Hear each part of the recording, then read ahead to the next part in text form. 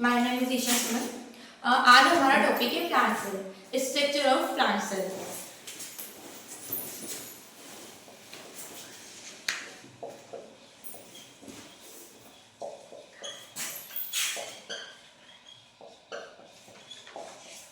Structure of plant cell. आज हम plant cell के स्ट्रक्चर के बारे में स्टडी करेंगे। प्लांट सेल के स्ट्रक्चर में 3 बाउंड्रीज होती है, 3 cell boundaries.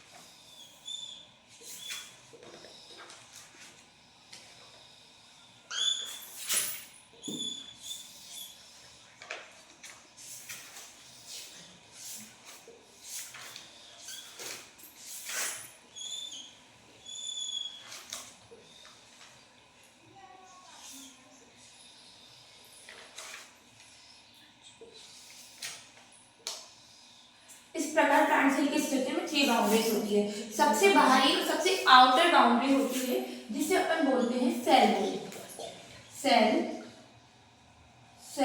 Wall. Cell wall normally plant cell में ही पाई जाती है। प्लांट सेल में, बैक्टीरियाज में, इनमें सेल वॉल होती है। ह्यूमंस में, एनिमल्स में सेल वॉल एब्सेंट होती है। प्लांट सेल में सेल वॉल सेल्यूलोज, पेक्टिन, हेमिसेल्यूलोज की बनी हुई होती है। तो सेल वॉल प्लांट सेल में बनी हुई होती है पेक्टिन, सेल्यूलोज की। देन सेल वॉल के जस्ट नीचे सेकंड बाउंड्री होती है मिडिल लेयर, जिसे हम बोलते हैं मिडिल लैमिना। इसे हम मिडिल लेयर या मिडिल लैमिना के नाम से भी जानते हैं। सेकंड बाउंड्री होती है हमारी middle layer. Middle layer calcium pectate की बनी हुई होती है। मिडिल लेयर कैल्शियम पैक्टेट की बनी हुई होती है। जब फ्रूट्स पकते हैं तो उस दौरान ये मिडिल लेयर भी उसके साथ थोड़ी सी पकती है और इस वजह से फ्रूट सॉफ्ट हो जाते हैं। मिडिल लेयर के जस्ट नीचे होती है हमारी सेल मेम्ब्रेन। सेल मेम्ब्रेन एक ऐसी अंग है, अगर हम बात करें तो cell membrane all of universe में सब में सेम होती है। मतलब वो सब में, जैसे प्रोटीन की, लिपिड की, कार्बोहाइड्रेट की निर्मित होती है। इवन सब में cell membrane protein, lipid, carbohydrate से बनी हुई होती है। सेल मेम्ब्रेन देन इन 3 बाउंड्रीज होती है प्लांट सेल में। हमने बात करी सेल वॉल जो कि सेल्यूलोज और पेक्टिन की बनती है, मिडिल लेयर जो कि कैल्शियम पैक्टेट की बनती है, और सेल मेम्ब्रेन जो कि प्रोटीन, कार्बोहाइड्रेट और लिपिड की बनती है। सेल बाउंड्रीज के जस्ट अंदर, उसके जस्ट अंदर की ओर यहाँ पर एक द्रव्य पाया जाता है, एक लिक्विड पाया जाता है, जिस लिक्विड को हम कहते हैं साइटोप्लाज्म, जिसे हम बोलते हैं साइटोप्लाज्म। साइटोप्लाज्म लिक्विड होता है जिसके अंदर तरल भाग यानी कि लिक्विड पार्ट प्लस थोड़ा सा सॉलिड पार्ट होता है। लिक्विड पार्ट में थोड़ा सा यहाँ पर हमारे द्रव्य आता है और सॉलिड पार्ट में थोड़े से ऑर्गन आते हैं। जो साइटोप्लाज्म होता है उसका जो लिक्विड पार्ट होता है, उस लिक्विड पार्ट को बोलते हैं साइटोसोल।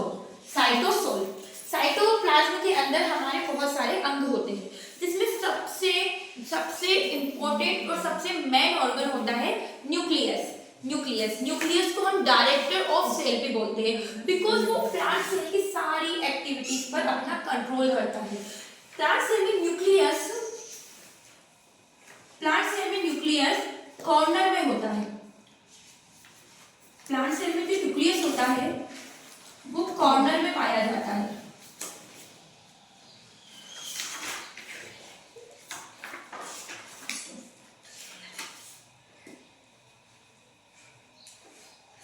प्लांट सेल में जो न्यूक्लियस होता है वो कॉर्नर में होता है, बिकॉज यहाँ पर सेल्स है, कोशिका रिक्तिका, वो काफी ज्यादा बड़ी आकृति में होती है।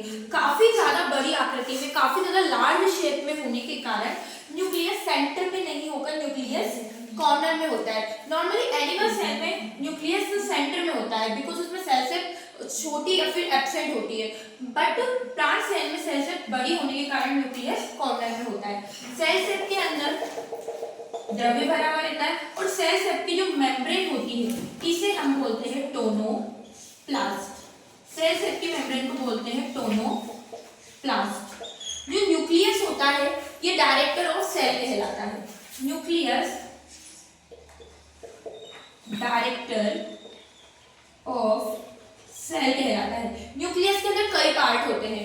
सबसे फर्स्ट ऑफ ऑल न्यूक्लियस में जो मेम्ब्रेन होती है उस मेम्ब्रेन को हम कहते हैं न्यूक्लियर मेम्ब्रेन। उस मेम्ब्रेन को कहते हैं न्यूक्लियर मेम्ब्रेन। न्यूक्लियर मेम्ब्रेन के अंदर की ओर इस प्रकार से धागे की नुमा एक आकृति होती है जिसे हम कहते हैं क्रोमेटिन, जिन्हें हम बोलते हैं क्रोमेटिन। आगे जाकर यही क्रोमेटिन डीएनए में कन्वर्ट हो जाते हैं। न्यूक्लियस के अंदर न्यूक्लियोलस भी पाया जाता है। न्यूक्लियोलस हमारे जो क्रोमोसोम होते हैं उनमें से हमारे जो क्रोमोसोम होते हैं उन क्रोमोसोम में कुछ नंबर्स होते हैं, केवल उन 5 क्रोमोसोम पर ही न्यूक्लियोलस पाया जाता है। ये होता है हमारा न्यूक्लियोलस। न्यूक्लियोलस को हम राइबोसोम की फैक्ट्री भी कहते हैं क्योंकि यहाँ पर राइबोसोम का निर्माण होता है। राइबोसोम का निर्माण होता है और न्यूक्लियस जो होता है हमारा, न्यूक्लियस मेम्ब्रेन से ही हमारी ईआर एंडोप्लाज्मिक रेटिकुलम जुड़ी हुई होती है। ये जो एंडोप्लाज्मिक रेटिकुलम होती है जिसे हम अंतःप्रज्वालिका या एंडोप्लाज्मिक रेटिकुलम कहते हैं। एंडोप्लाज्मिक रेटिकुलम न्यूक्लियर मेम्ब्रेन से सेल मेम्ब्रेन तक आपस में इनको लिंक करती है, इसलिए इसे हम कोशिका का अंतःकंकाल स्केलेटन ऑफ सेल भी बोलते हैं। जो ईआर होती है, ईआर के 2 पार्ट्स होते हैं। एक पार्ट होता है इसका रफ वाला जिसे हम बोलते हैं RER। RER मतलब रफ एंडोप्लाज्मिक रेटिकुलम, बिकॉज यहाँ पर प्रोटीन का सिंथेसिस होता है, यहाँ पर राइबोसोम पाए जाते हैं, ये खुरदरा होता है, रफ होता है, इसलिए इसे हम RER रफ ER बोलते हैं। देन इसमें जो सॉफ्ट ER होता है उसे हम बोलते हैं SER smooth endoplasmic reticulum. Smooth endoplasmic जो रेटिकुलम होता है ये फैट और कार्बोहाइड्रेट्स का सिंथेसिस करता है। फैट और कार्बोहाइड्रेट का ये सिंथेसिस करता है।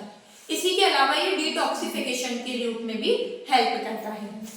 हमारे जो न्यूक्लियस होता है उसके मुख्य रूप से कुछ पार्ट्स हमने पढ़े, न्यूक्लियर मेम्ब्रेन, क्रोमेटिन, न्यूक्लियोलस। ये तीनों पार्ट मिलकर न्यूक्लियस का निर्माण करते हैं। न्यूक्लियस के नीचे की ओर यहाँ पर हमारे पाई जाती है गोल्जी बॉडी।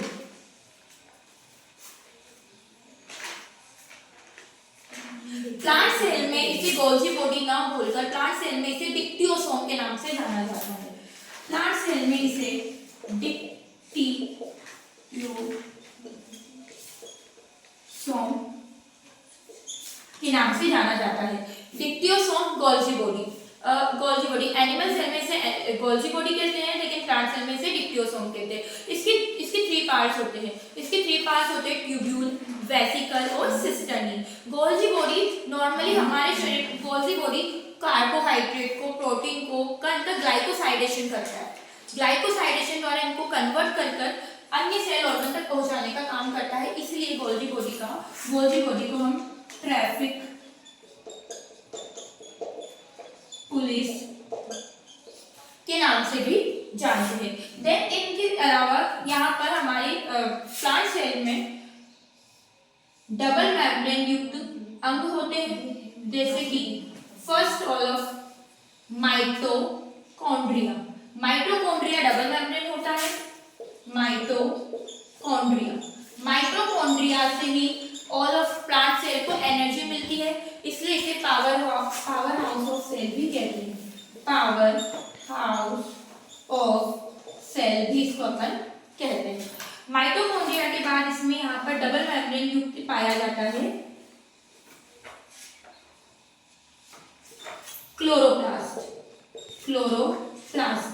क्लोरोप्लास्ट को किचन ऑफ सेल कहते हैं बिकॉज यहाँ पर क्लोरोफिल पाया जाता है जो कि एक प्रकार का फोटोसिंथेटिक पिगमेंट होता है जिसकी वजह से प्लांट्स लाइट एनर्जी को केमिकल एनर्जी में कन्वर्ट करके ग्लूकोज बनाता है और ग्लूकोज को स्टार्च के रूप में अपने अंदर संग्रहित रखकर यूज करता है। ये सब प्रोसेस क्लोरोप्लास्ट के अंदर होती है, इसलिए इसे हम किचन ऑफ सेल भी बोलते हैं। नॉर्मली ये प्लांट सेल के अंदर ही पाया जाता है। देन इसमें इसके अलावा छोटे छोटे अंग पाए जाते हैं जैसे कि राइबोसोम इसमें पाए जाते हैं एटीएस टाइप के, एटीएस राइबोसोम बिकॉज ये एक प्रकार की यूकैरियोटिक सेल होती है। राइबोसोम के अलावा इसमें पाए जाते हैं ग्लाइकोसोम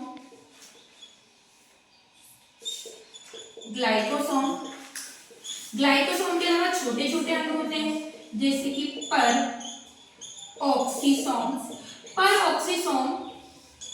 हाइड्रोजन परऑक्साइड को, जो कि एक प्रकार का बहुत विषाक्त पदार्थ होता है, उसे जल और ऑक्सीजन में कन्वर्ट करने का कार्य करता है।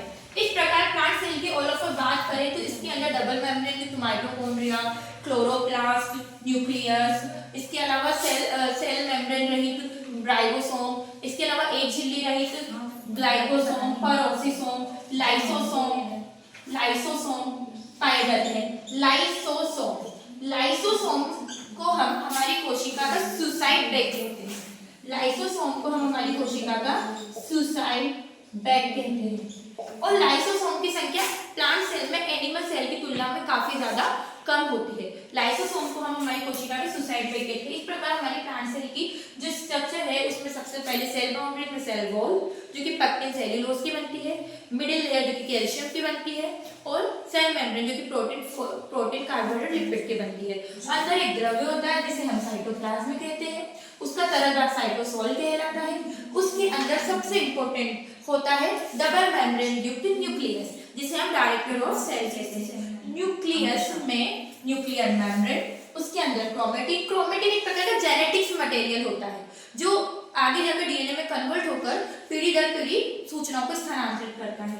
उसके अलावा यहाँ पर होता है न्यूक्लियोलस राइबोसोम निर्माण की फैक्ट्री कहलाती है जो 13, 14, 15, 21, 22 क्रोमोसोम पर ही पाई जाती है। न्यूक्लियस से ही निकलती है हमारी एंडोप्लाज्मिक रेटिकुलम जिसमें दो होती है। रफ एंडोप्लाज्मिक रेटिकुलम राइबोसोम का निर्माण करती है और स्मूथ एंडोप्लाज्मिक रेटिकुलम कार्बोहाइड्रेट का सिंथेसिस करती है और इसी के साथ साथ ये हमारा डिटॉक्सिफिकेशन का कार्य भी करती है। न्यूक्लियस के नीचे होता है हमारे गोल्जी बॉडी जिसे हम प्लांट सेल में डिप्टियोसोम के नाम से जानते हैं। ये कार्बोहाइड्रेट प्रोटीन लिपिड को कन्वर्ट करती है, उनका ग्लाइकोसाइडेशन करती है और ग्लाइकोसाइडेशन करके जहां पर उनकी जरूरत होती है उन सेल ऑर्गन तक पहुंचाती है। इसलिए हम गोल्जी बॉडी को ट्रैफिक पुलिस के नाम से भी जानते हैं। इसमें सेल होती है, सेल काफी बड़े होने के कारण न्यूक्लियस सेंटर में नहीं होकर न्यूक्लियस कॉर्नर में होता है। सेल की मेम्ब्रेन को दोनों प्लास्ट कहते हैं। डबल मेम्ब्रेन युक्त माइटोकॉन्ड्रिया पाया जाता है जिसे पावर हाउस ऑफ सेल कहते हैं because all of a cell को एनर्जी माइटोकॉन्ड्रिया से मिलती है। इसके अलावा इसमें क्लोरोप्लास्ट होता है। क्लोरोप्लास्ट को किचन ऑफ सेल कहते हैं बिकॉज इसके अंदर क्लोरोफिल पाया जाता है जो कि फोटोसिंथेसिस में हेल्प करता है। वन मेम्ब्रेन युक्त इसमें जो सेल ऑर्गन होते हैं वो होता है ग्लाइकोसोम, परऑक्सीसोम हाइड्रोजन परऑक्साइड जैसे विषाक्त पदार्थ को जल और ऑक्सीजन में कन्वर्ट करता है।